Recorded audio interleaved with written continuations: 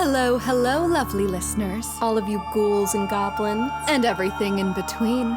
Welcome to Across the Veil with Zelda Kimble and Emma Ragsdale.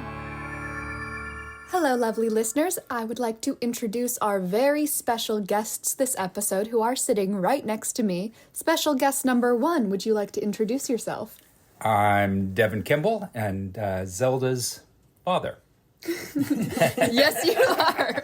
Well, we don't know that for sure. Yes, we do. We look pretty identical.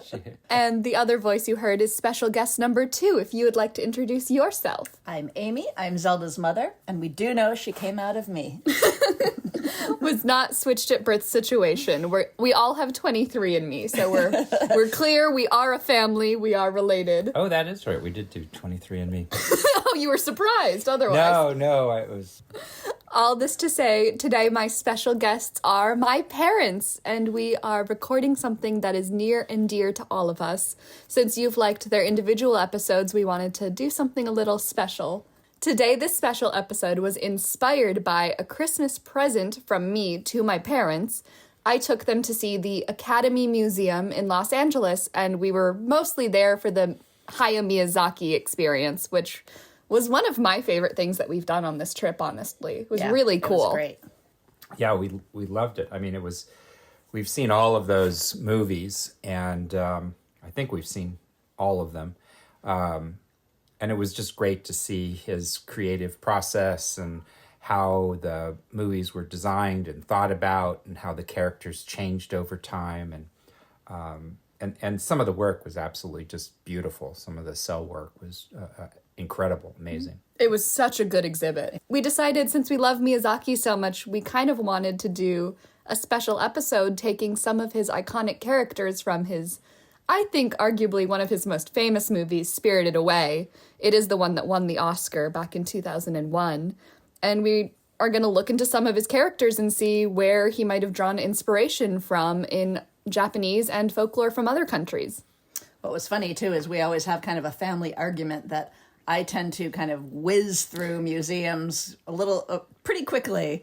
Devin stops and looks at every single thing while I'm like 3 rooms ahead saying, come on, and Zelda's somewhere, I'm mediating. somewhere in the middle. But what I really liked about this is they had a kind of like a green, like a grassy knoll. A grassy knoll. If you play golf, I think it probably looked like you were looking to how you could putt a ball into it.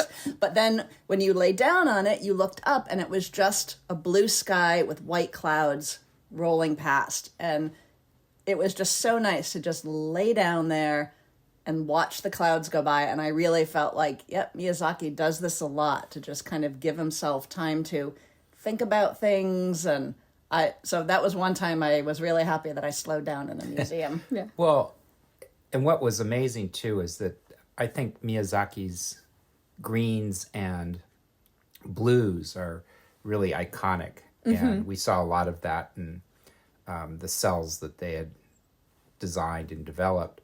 But this was very much, it was that green, you were lying on that green, and it was that blue in the sky that was just, so recognizable from his color palette. It was fantastic. Yeah, it was a lovely little trip, and I'm so glad that I got to experience it with you guys.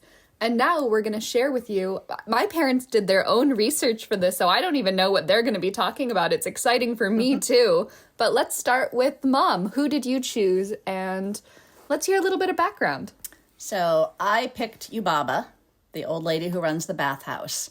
And I find her so interesting because she seems like a villain, but she's so loving to her child, even though it's a little weird that she can't be all that bad. Or at least that's what I tell myself when I do evil things, but I am still the most perfect mother for Zelda. Sure. Thank you. There's a lot of research on all of Miyazaki's movies, and Yubaba seems to be related to an Oni type called a Yamuba or a mountain witch. But some people also think she is more similar to the Russian legend Baba Yaga, who is a witch-like old lady who lives in the mountains in a house with chicken feet. In this family, we love creepy women who do creepy things in their houses. So Baba Yaga, definitely one of my favorite creatures from folklore. Creatures, women, humans, Who's to say? Witches. We like witches in this family. Definitely. So the two legends are very similar sounding. And the fact that Yubaba can change into a bird, chicken feet, makes me think that Miyazaki read a lot of fairy tales. But I'm going to concentrate on the Japan legend. Since we are talking about Miyazaki, we're talking about Spirited Away.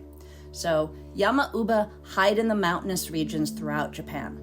They are thought to be either young women who fled to the wild after being accused of crimes or elderly women abandoned by their families. So is that a career choice that I could make? Running into the woods, you know, doing creepy shit. I can kind of see it, but I feel like there's not enough electricity for internet stuff and social media. Could you imagine Baba Yaga's Twitter feed? That must just be like, ooh, ate another child today. Great day. 10 out of 10. That one was yummy. Most of the research I saw definitely tended towards them being older women. This also ties in with the idea that old women who were unable to care for themselves would be taken to a mountain and left to die so they wouldn't eat the food for the younger members of the family. Something I will definitely curse Zelda for if she ever does it to me. I promise you're always welcome. Thank you, darling. Ubasut literally means abandoning old women, and Japan has a mountain called Ubasut Yama, so it's not that uncommon of a thing to happen, but hopefully relegated to the olden days. With the passage of time, these women were said to grow horns and sharp teeth, become evil witches, and to practice black magic. Yubaba's ability to turn into a giant bird, turn people into animals, and to steal names are pretty good examples of witchcraft. Yubaba runs a bathhouse, which has ties to Japan's spiritual and religious history. In old Shinto solstice rituals, villagers invited their guardian spirits to bathe with them. The reason behind this was to ward off spirits who might be a little bit more evil. Most of the spirits and other entities in the bathhouse are based on real gods and creatures, which Devin and Zelda will talk about later. So, Yubaba does turn people into animals, but she is also very loving to her child. According to the Yamu-Aba legend, they give birth to many children, up to one a month. Good lord, I would not want to be one of those. And they raise them to be great warriors. Noriko Ryder compares Yubaba and her son Bo to the legend of Yamu-Aba and her son Kentaro, noting that the two sons are often shown in similar attire. Kentaro is depicted wearing a red harakake, or apron, marked with the Japanese character kin, which connotes gold, compared with Bo's bib, which reads Bo, meaning boy. It's interesting that although Yubaba is a witch, she looks very Western, like a Grand Victorian or Edwardian lady. Her rooms in the bathhouse are very opulent and European-looking. I think her appearance and the abandoned theme park, where Sen's parents are transformed into pigs, is an allusion to Western consumerism and something that Miyazaki is always trying to show as something to be avoided, and that's something that does not bring you happiness. Yubaba's always counting her jewels, she's greedy for money, but except for her love for her baby, she doesn't seem very happy to me. Yeah. Grouchy. The woman who was the voice actor for Yubaba, Mari Natsuki, is now involved in a Spirited Away play, 20 years plus after the movie came out. She says that when she did the original movie, she thought Yubaba was a villain, but Miyazaki said, Yubaba is putting all of her efforts to protect the bathhouse. She's not a villain. Miyazaki sees Yubaba as a neutral party who is dedicated to her job. I can see that. Going back to my starting point that her love for her baby makes her not all bad, but I guess there are a lot of examples of people who are pretty bad but still love their families, like Cersei Lannister, the Texas Chainsaw family. Well, the Mansons. The Manson family, that's another one of what family love gets ya. Well, thank you so much for that, Mom. I really appreciated hearing you talk about a scary old witch. And making threats and curses to you. Now we have my dad. And Dad, who are you going to talk about today? Well, I'm going to talk about Kamaji, who's the old boiler man. He makes the hot water and he adds the herbs and whatnot for soaking. Everybody's soaking upstairs. So he's the bath bomb guy.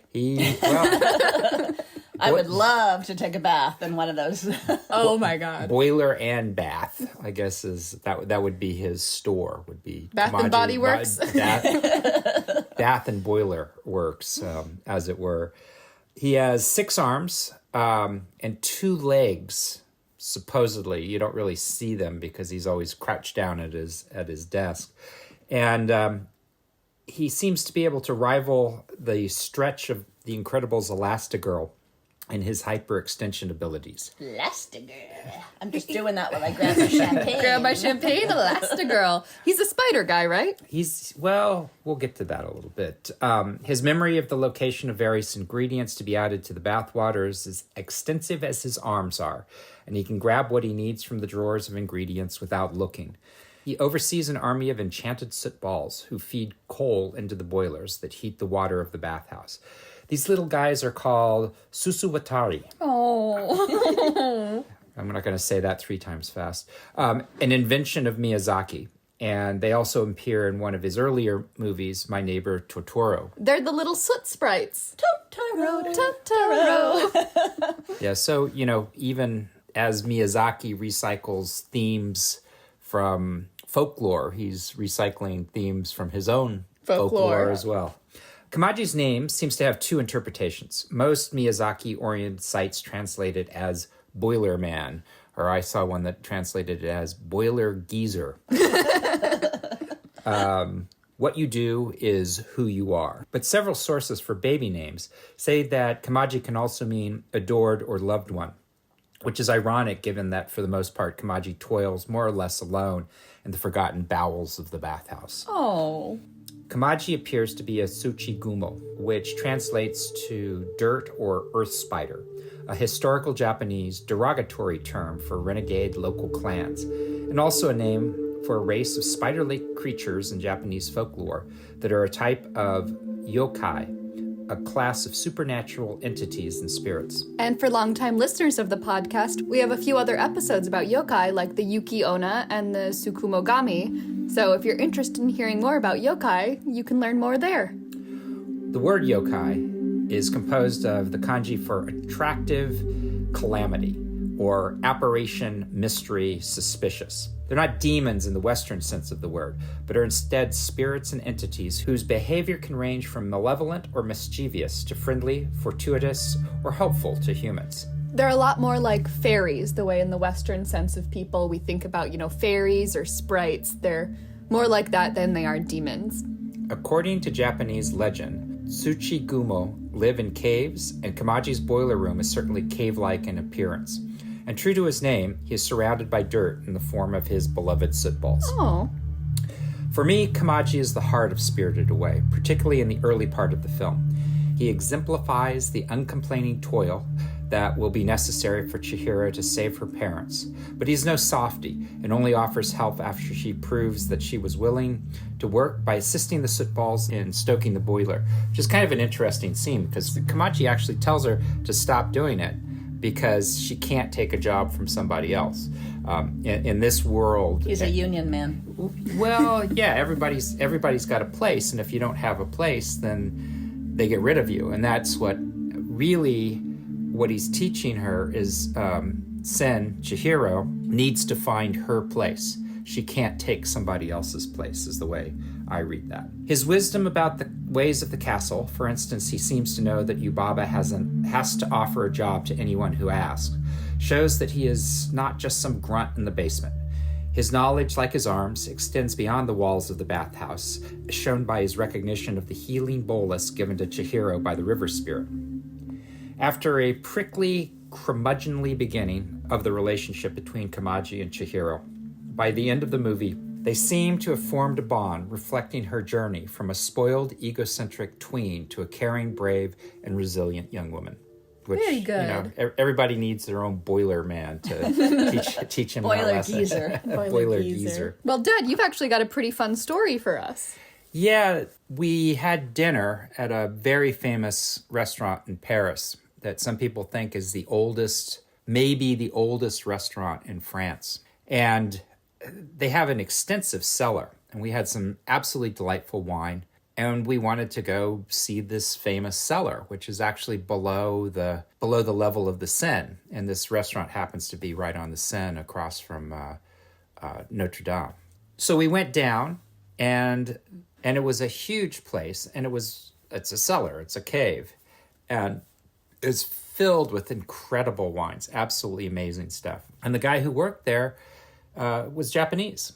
And it was interesting because our friend who took us to the restaurant grew up in Japan.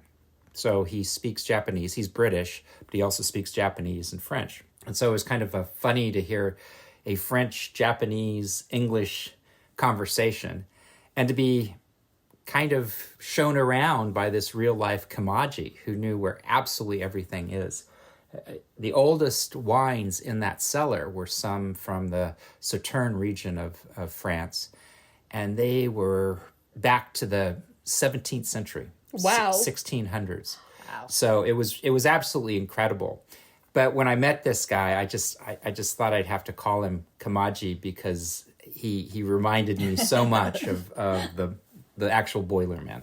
Oh, that's great. Thank you for that story. So finally, it's my turn. Very excited about this one. I figured we couldn't talk about the creatures in Spirited Away without talking about arguably the most iconic, No Face. No Face. So like the other characters from the film, No Face is an original creation from the mind of the incredible Hayao Miyazaki. But there are a few creatures from folklore across Southeast Asia, especially in Buddhist cosmology, that this character must have been inspired by. Before we go any further, we must give credit to his English voice actor, because in this house we love and respect voice actors. Bob Bergen has also voiced iconic characters like Tweety Bird, Porky Pig, and Marvin the Martian. And, while No Face doesn't really talk much in the movie, the lines are incredibly iconic, and even his grunts are...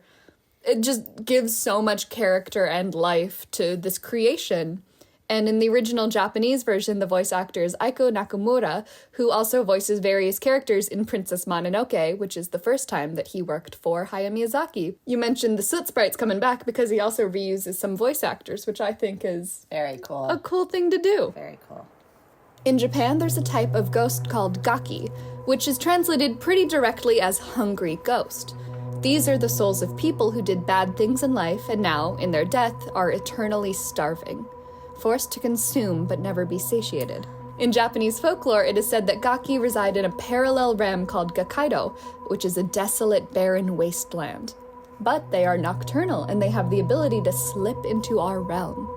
Usually they look human-esque, with bulging eyes, apparent ribs, and distended bellies, which are all the common human symptoms of starvation and dehydration. I think you dated a boy who looked like that. Okay, can we not?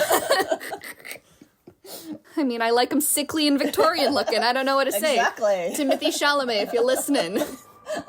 Much like the ancient Greek figure of Tantalus, the gaki are eternally starving and thirsty, but unable to drink or eat.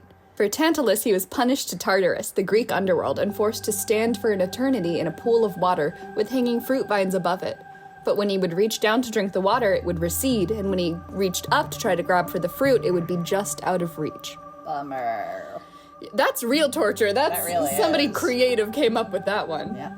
It's a similar condition of the gaki. Some try to eat food only to have it burst into flames and turn into ash in their mouth. Others are only able to eat food that has been blessed for them in Buddhist services. The worst fate is for the tormented souls who are made to crave inedible things like feces, vomit, even corpses. Ew. Yeah, that's also torture.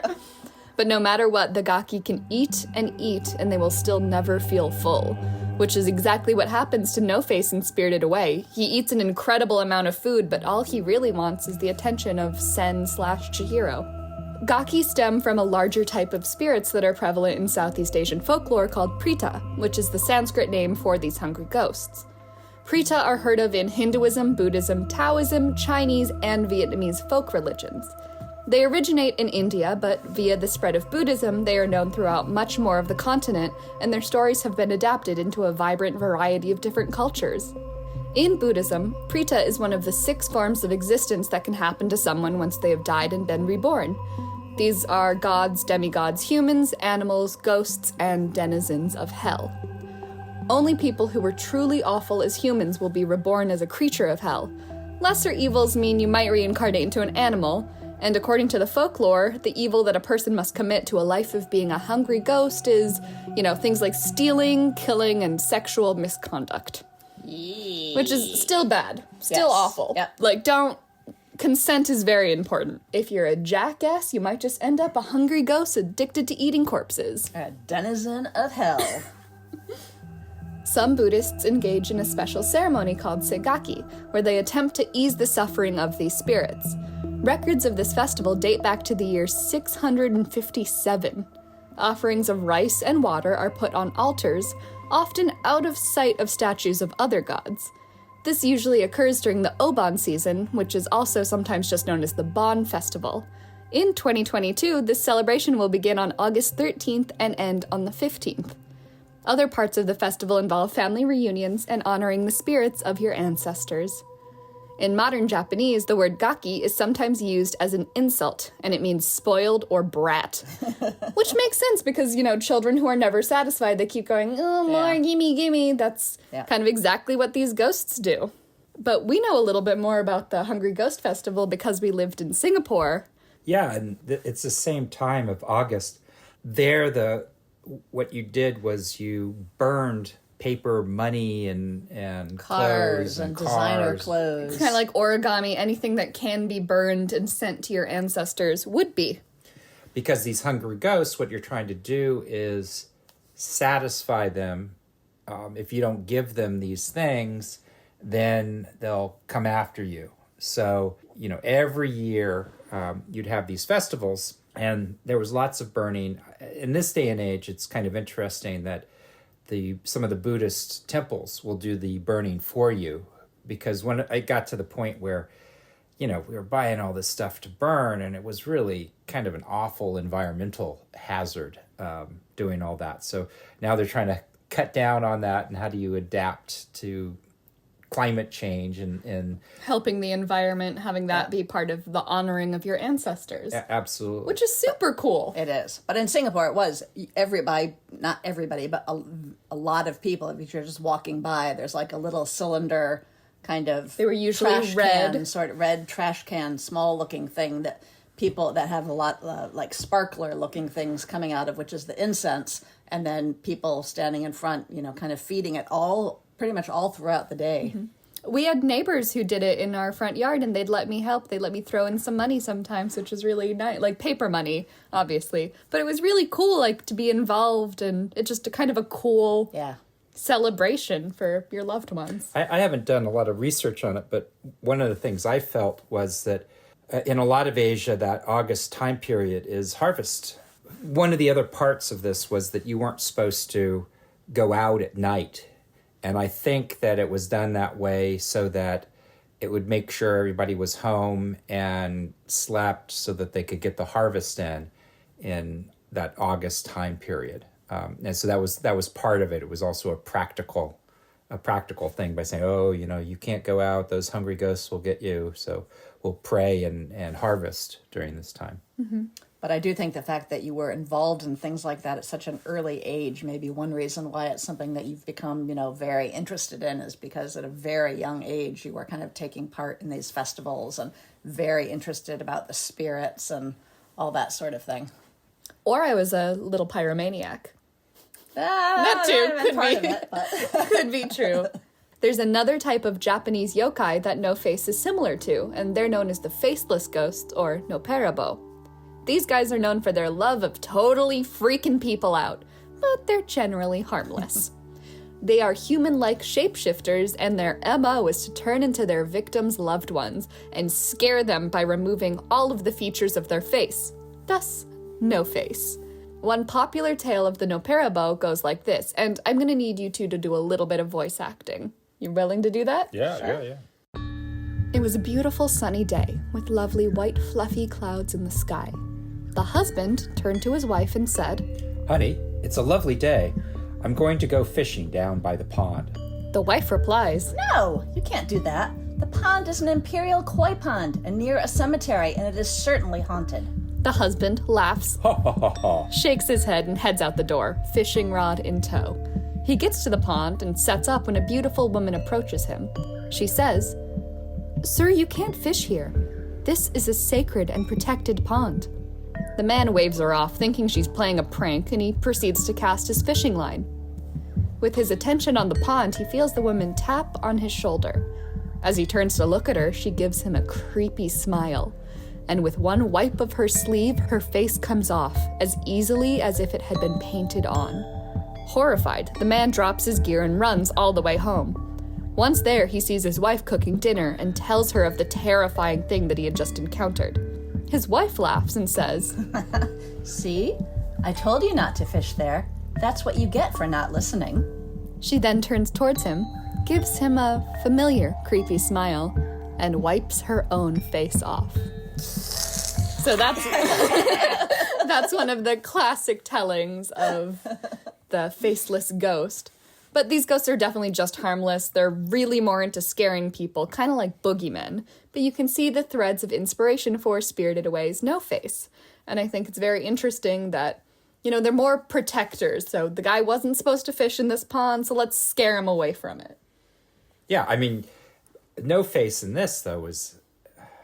He doesn't really kill anybody. Yeah, I mean, everybody comes back, but he certainly does. He eats people. He does eat people, but they all do. He does throw them all up, so he doesn't kill them when he eats them. He just consumes. But yeah, I think it's kind of a cool... There are so many threads of different folklores and different histories that have all inspired these characters. And I love that Miyazaki kind of talks about so many of them, because you really could just go down a rabbit's hole and, you know, looking at all the different ones. But I like that he wants to keep those things alive. What's interesting, we were talking about Lin, actually, who helps Kamaji out, feeds the soot balls some sort of old Portuguese candy is what that is. That he. Oh, is it? Yeah, it's got a particular name, but the Portuguese who came to Japan to convert the natives brought with them sugar and candy. And so this candy that the Portuguese brought is still around today. And that's what she chucks out to the soot balls for them to eat. I guess soot balls don't have teeth, so... They can't rot their teeth with sugar. But Lynn, it's interesting because she really appears as a human. But in one of the sources that I read is that she was made a human... from a tiger, a white tiger. And so all of these... The workers, they're frogs, and there's a whole lot of different... Heads. All kinds of weird things that have been made into, you know, that they're servicing the bathhouse. And the humans are the odd one out. I mean, Chihiro, like we think that of Lin as kind of a human, but really the others were made into humans to appeal to the bathhouse clientele. Well, that's very... I mean, we've talked about Japanese yokai a lot. We see a lot of human-like creatures in Japanese, you know, folklore, which I think is just a very interesting hallmark, because, you know, we have the kappa, too, which is the river spirit that kind of looks like a frog. Yeah. And it's just very interesting how a lot of their creatures have very human-like features. Yeah. Well, that's all for our episode. Thank you so much for listening to us, and we hope that after all of this, you're going to want to go and watch Spirited Away again, because I know I sure do. Thank you to my mom, Amy Sittler, mwah, and my dad, Devin Kimble. Hug, hug, hug. For helping me out. They did such incredible research, and I hope you love hearing their stories as much as I do. But for now, we're done. But we'll see you next time. Across the veil. Veil.